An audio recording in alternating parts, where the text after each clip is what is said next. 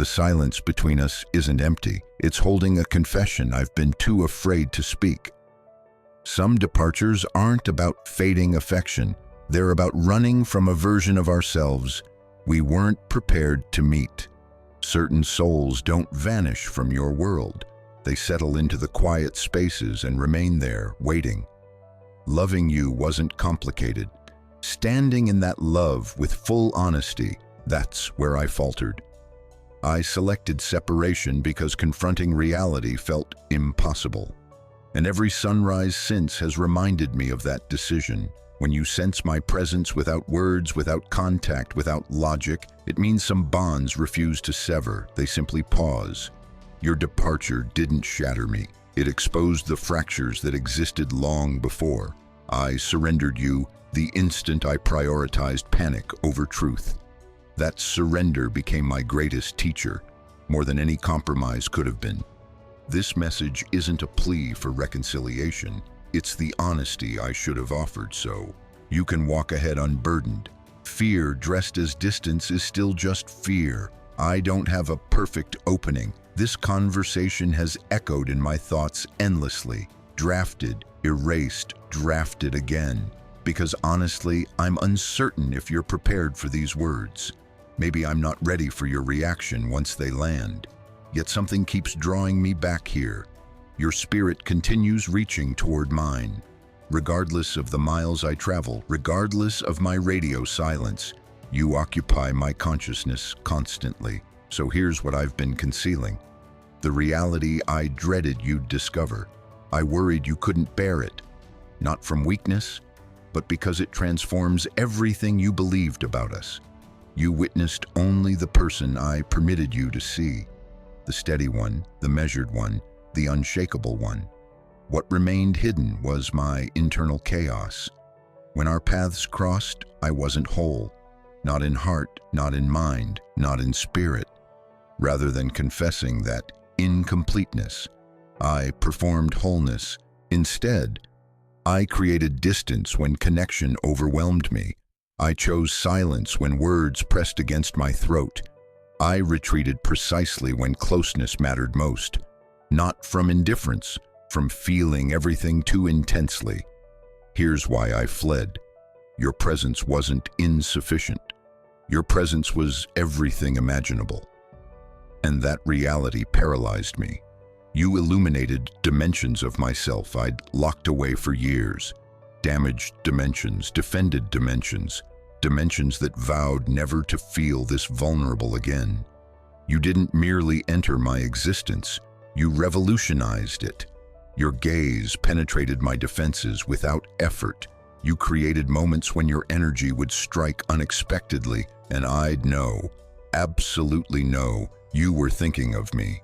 I claimed it was random chance, but my soul recognized otherwise. You weren't someone I encountered, you were someone I remembered. I proclaimed I needed distance, reality. I feared genuine attachment. I stated I wasn't prepared. Reality, I was terrified of losing you if I attempted vulnerability. I performed indifference. Reality, I cared with such intensity it consumed me. Physical distance doesn't dissolve soul connections. Silence doesn't eliminate truth. Time doesn't diminish what was authentic. Even while smiling for the world, fragments of me kept searching for you. Then comprehension arrived. You weren't just another chapter. You represented a transformation. Losing you didn't deliver peace. It delivered understanding. And understanding cuts deeper than confusion, because once you perceive truth, you cannot unsee it. Here's what I was terrified to articulate. I loved you before grasping what love truly meant. Not theatrical, not consuming, but quiet, anchoring, soul-level, profound. The variety that persists through silence. That's why this message frightens me, because once spoken, there's no reversing course. Part 2, the truth about who I hid behind. Listen without letting hurt distort the meaning. Yes, another person existed, but not as you imagine. They never possessed my heart. They never knew my depths. They never challenged me as you did. They represented escape, a refuge I sought when emotions for you became unbearable. I chose what was known over what was true, convenience over connection, security over substance. I labeled it wisdom. It wasn't. It was fear masquerading as maturity. You didn't arrive gently in my life. You arrived like revelation. You requested nothing, yet your existence demanded authenticity. You didn't pursue, but your silence held power. You didn't manipulate, but you altered me fundamentally, and I wasn't equipped for that transformation. When you departed, I pretended indifference. That was my most significant deception.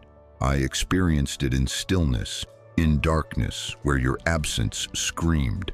I missed how you comprehended me without explanations. That's when devastating realization struck. I didn't lose you through your leaving. I lost you through my inaction. I observed you from afar, your evolution, your resilience, your radiance. One part of me felt admiration. Another part felt inadequate because I understood. You would have remained if I'd possessed the courage for honesty. The relationship I pursued afterward was effortless, predictable, emotionally surface level. Initially, that appealed to me because it required no growth. But comfort without depth becomes hollow, and hollowness makes deafening noise. Then one unremarkable instant changed my perspective. A sound resembling your laughter, an object you would have treasured, an emotion I'd only experienced with you. Suddenly, you permeated everything. I finally acknowledged the truth. I wasn't afraid of losing you. I was afraid of becoming someone who had to show up completely. Avoided love doesn't vanish, it waits, and sometimes it resurfaces as remorse. Part 3. The truth that completes the circle. Here's what changes our entire story. This connection never fractured because it was never meant to be ordinary. Some connections aren't designed to last eternally. They're designed to transform you fundamentally. What we experienced wasn't coincidental. It wasn't almost something. It was a reflection. You revealed to me authentic connection. I revealed to you self-recognition. You needed to learn that love should never require diminishing yourself. I needed to learn that love cannot survive in fear's presence. You didn't lose me from inadequacy. You lost me because you were evolving into someone too powerful to settle for half-truths. Had I remained while still afraid, I would have constrained your growth. So the universe created space between us, not as cruelty, but as protection for both. I didn't return to resurrect what was. I returned to conclude this cycle with complete honesty. You owe me nothing, no forgiveness, no second opportunity. This message isn't a petition, it's a liberation. If our paths intersect again, it will be because we're both complete individuals. If they don't, remember this.